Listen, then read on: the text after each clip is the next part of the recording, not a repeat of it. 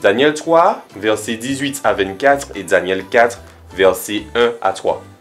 Le roi Nebuchadnezzar est ébahi d'apercevoir dans la fournaise, en plus des trois jeunes juifs, en personnage ressemblant à un fils des dieux.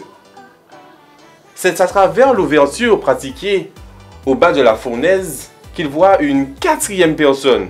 Bien qu'il tienne les propos d'un homme partageant les superstitions babyloniennes, il reconnaît la présence d'un être surnaturel, un être de la race des dieux.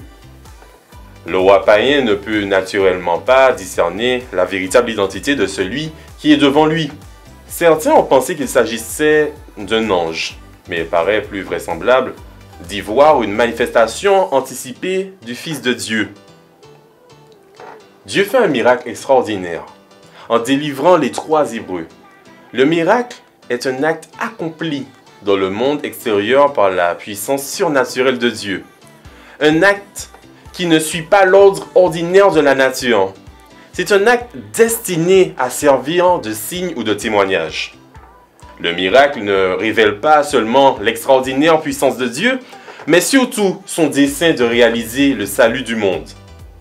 La délivrance miraculeuse de la fournaise ardente est destinée à prouver la souveraineté du Dieu vivant sur la nation qui retient Israël captif. Nebuchadnezzar reconnaît la souveraineté du Dieu d'Israël, parce qu'il n'y a aucun autre Dieu qui puisse délivrer comme lui.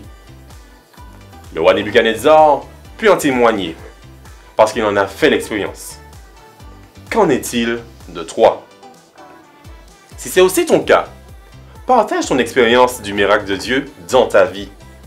Si ce n'est pas encore le cas, demande à Dieu de se révéler à toi. Il t'accordera sa grâce et te fera exprimer son amour et son salut.